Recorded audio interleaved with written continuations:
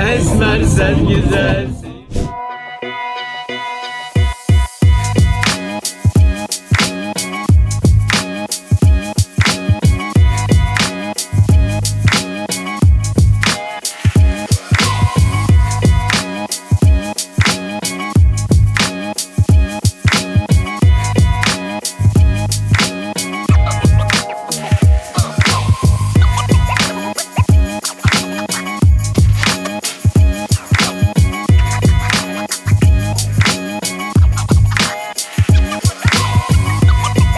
Midyat'ta konuk evine geldik. Çok güzel bir manzarası var en üst kata çıktığınız zaman.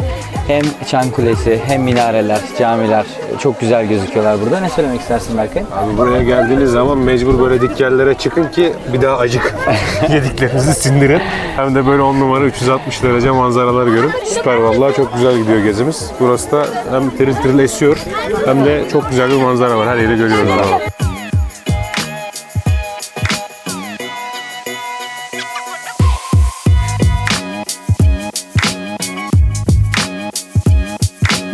Şimdi Midyat'a geldik Mardin'den. Konuk evine vesaire gezeceğiz ama gelmişken ufak bir şey de tadalım dedik. Hiç aç değiliz. Ama bu burada bir bahane değil tabii aç olması. Aynen. Cihanet lokantasına geldik. Bakalım içeride ne varmış. Hocam selamünaleyküm. Cihanet Aleykümselam, lokantasına merhaba, hoş geldik. geldiniz İsim kardeşim. neydi abi? İsmim Şirin. Memnun oldum Şirin abi. Bizim kardeşim. yemekleri sayabilir misin? Tabii ki bugünkü menümüzde yöresel kaburga dolması, onun özel pilavı var. Perdi pilavla beraber servis yapıyoruz. Evet. Kuzu tandır, sürü yemek çeşitleri, bir de ustamın yaptığı meşhur tabağımız aşçı tabağı. Aşçı tabağı bu mu oluyor? Evet efendim, bütün çeşitlerden azar azar tabak bu. Süper. Tabak beni ye diyor, buyursunlar efendim. Teşekkür ederiz. Biz teşekkür ediyoruz. Başka sizin önerdiğiniz bir şey var mı? Yaprak dönerimiz 35 yıldır kendimiz yapıyoruz döneri. Sade yaprak, içinde kıyma falan yok. Onu da tavsiye ediyorum efendim. Şahane. Çok teşekkürler. Elinize Teşekkür sağlık. ediyoruz. Ağzınıza sağlık, afiyet olsun.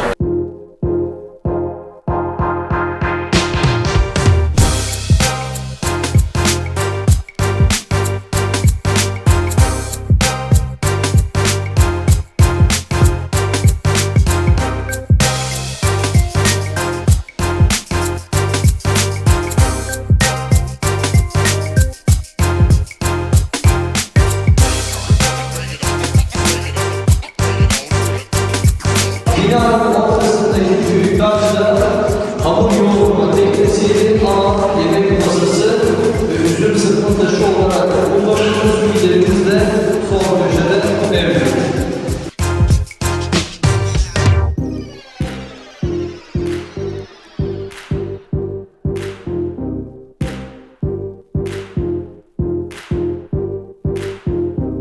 Meryem Ana anısına 6.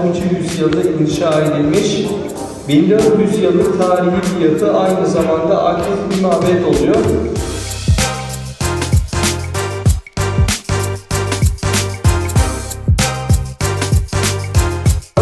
Manastırda vefat eden binlerce rahip ve onlarca metropolit defnedildi. Sadece manastırın kurucusu olan Mor Samuel'in mezarı. Yerden sade ve basit bir mezarda gömülmeyi vasiyet etmişti Mor Samuel.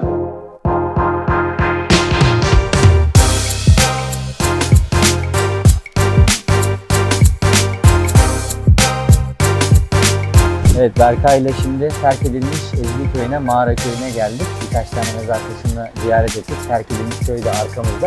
Ne düşünüyorsun Berkay? Vallahi şahane abi. Tarihe tanıklık ediyoruz. Muazzam bence. Devam bakalım. Devam. Bundan Köyü sonra gösteriyor. Buradan Kafra Köyü'ne gidiyoruz. sanki hiç yememişiz gibi. Hadi bakalım.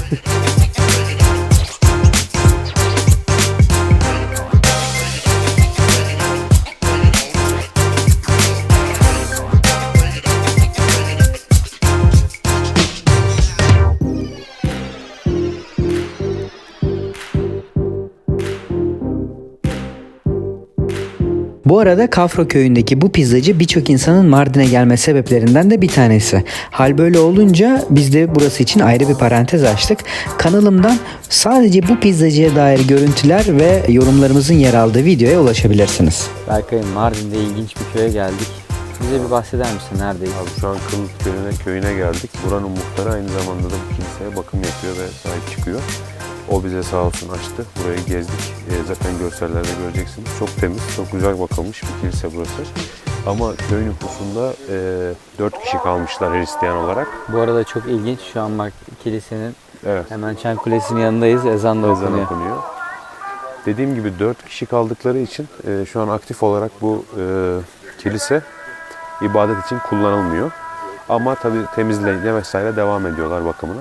Geçenlerde galiba bir ayin yapılmış, farklı bir köyden bir ekip gelmiş ama onun dışında aktif değil. O şekilde çok güzel bir konum. Köydeki evler de genellikle boş çünkü insanlar Amerika'ya, İsviçre'ye birkaç farklı destinasyona seyahat edip gitmişler buradan ve evlerini bırakmışlar. O şekilde böyle boş, güzel bir atmosferi alan inanılmaz bir noktadayız şu an.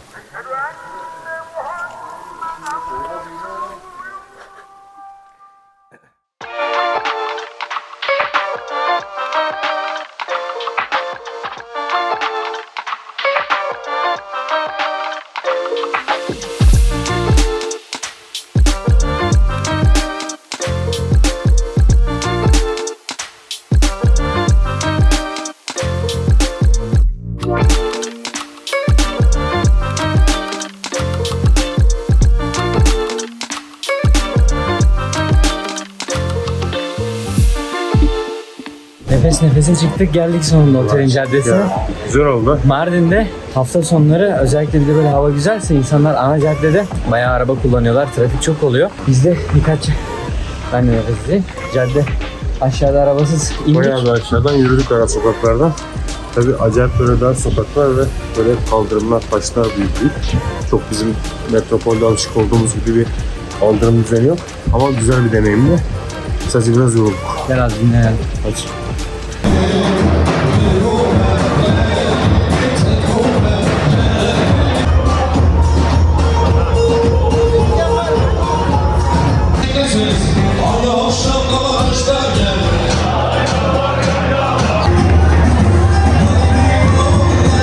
Berkay'ım, son akşam yemeğimizi nerede yiyeceğimize karar veremedik. Kendimizi burada bulduk, anlat. Abi neyi anlatayım? Rakı içiyoruz. Her şey yolunda. Güzel, mutluyuz. Düğün havası var. Öyle. Yemeğe gelmedik. Yemekleri hakkında bir şey söyleyemeyeceğiz ama şu ana kadar müzikleri güzel. Biraz şöyle bir amatörlük yaptık. Gelen arkadaşlar önceden hesap etsin. Abi akşam iyi yemek yemek istiyorsanız öğlen 12.30-1'de işi bitirmeniz lazım ya da öğlen yememeniz lazım. Mezeye geldik. Buraya yemek yemeden de şu şekil meze içinde gelebilirsiniz. Çok hoşuma gidiyor. Yorum. Nereye gidiyorsun? Yorum. Amma başım. Adayı birleştirelim adayı. Hadi bakalım. Sen ortaya gel oynayalım. Ortası orta. Var ya bu el böyle böyle gider mi?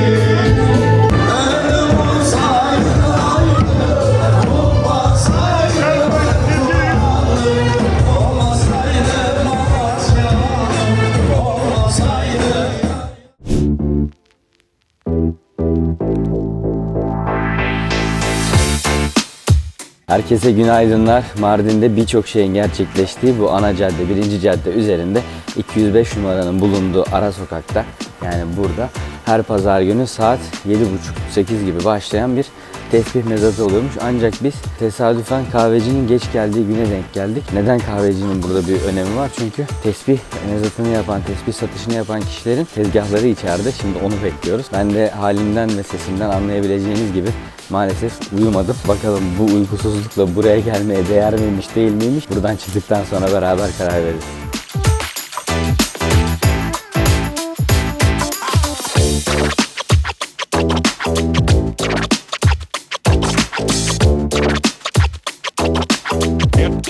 Tesbih mezatının açılmasını beklerken, daha doğrusu bu boncuklu taşlı mezatının açılmasını beklerken güzel bir çayımızı kahvemizi içtik. Otelden ben biraz bahsetmek istiyorum size. Şimdi bizim kaldığımız otel daha önce benim Mardin'e gelip kaldığım otellerden değildi. Yeni bir oteldi. Ben diğer otellerden memnun kalmıştım. Bir tanesi bu İzala Butik Otel.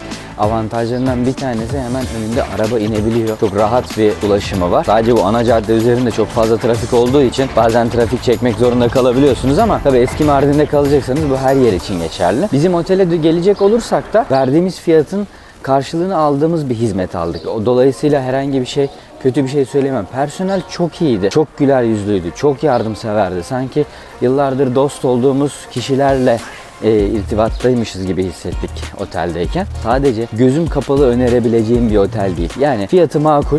Bu makul fiyat karşılığında hizmet alabileceğiniz standartları gayet okey olan bir tane otel. Çok güzel bir manzarası var. Terası güzel. Kahvaltısını terassız alanda alıyorsunuz ama kahvaltı sonrası o terasa çıkıp Mardin Denizi'ne, Mardin Ovası'na, Mezopotamya Ovası'na bakabilirsiniz. Dolayısıyla benim Ulubey Konağı tavsiyelerim, yorumlarım tam olarak bu şekilde. Eğer İzala'da yer bulamadıysanız veya da Mardiyus var. Bütçesi zaten Ulubey ile kıyaslanmayacak bir bütçe farkı var arada. Bunların dışında o bütçeyle bir yer arıyorsanız bence o zaman bakabilirsiniz.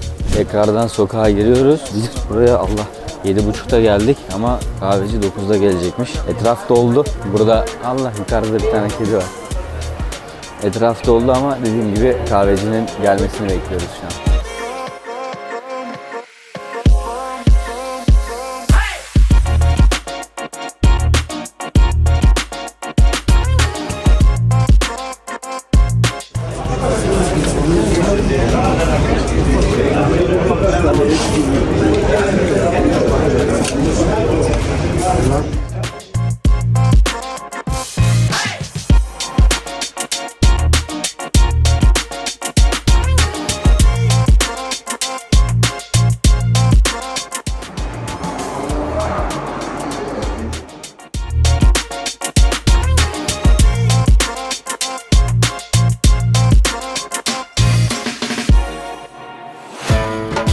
Yine tavsiye üzerine geldiğimiz yerlerden bir tanesindeyiz. Süryani çöreği alacağız. Kana'ya geldik. Hadi gelin beraber içeri girelim.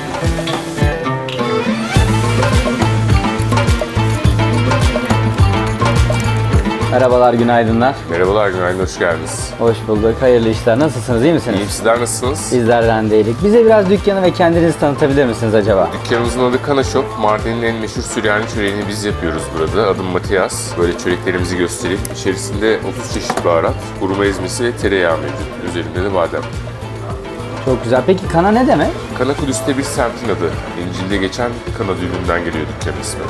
Anladım. Bir de sizde bir çay var. Çaydan da bahsedebilir misiniz? Çayımızda da safran, tarçın, karanfil, bamya çiçeği mevcut. Seylan çayına karışık. Bu da Süryani çayı. Teşekkürler. Bir de bunların misafirler aldıkları zaman ne kadar raf ömürleri var? Çöreklerimizin ağzı kapalı 3 ay ömrü var. Çayın zaten bozulma gibi bir durumu yok. Süper. Çok teşekkürler. Ben teşekkür ederim.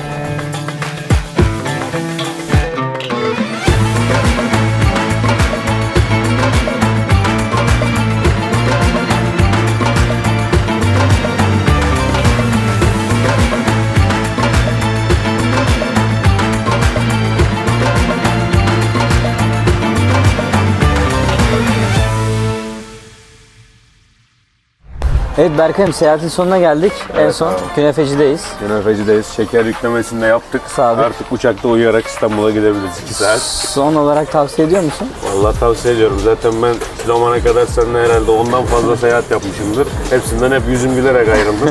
Yok, ben seyahati değil, künefeyi sordum en son. Künefe mi? Künefe iyiydi ama İstanbul'da daha iyisini yedim yani. Uçakta uyumak isterseniz şeker yüklemesi yapabiliriz. Tam yapılabilir. havalimanı arkamda zaten, Aynen, karşısında. görüyorsunuz. Bir de küçük bir havalimanı olduğu için erken gelirseniz burada beklemek için de vaktiniz olur. Burada takılırsınız. Çay, kahve. Bu arada bir şeyi fark etmişsinizdir. Dara'yı videoda göstermedik. Dara'yı ayrı bir video olarak paylaşacağız. Onun için de kanala gidebilirsiniz. Bu arada kendisi kamera önüne çıkmak İlla istemese kendini de kapatacak. kaptanımız Sinan'a çok teşekkür ediyoruz. Bizi gezdirdi. Usta şoförlüğüyle yardımcı oldu. Sağ olsun, var olsun. Abi çok teşekkür ederiz. Sağ ol. Karataş Turizm'di değil mi? Karataş Turizm'e de Karataş burada Turizm. bizi güvenle Mardin'de 3 gün boyunca taşıdığı için teşekkür ediyoruz. Mardin'de bir numara güven taşıyoruz sloganı. Teşekkürler. Sağ ol.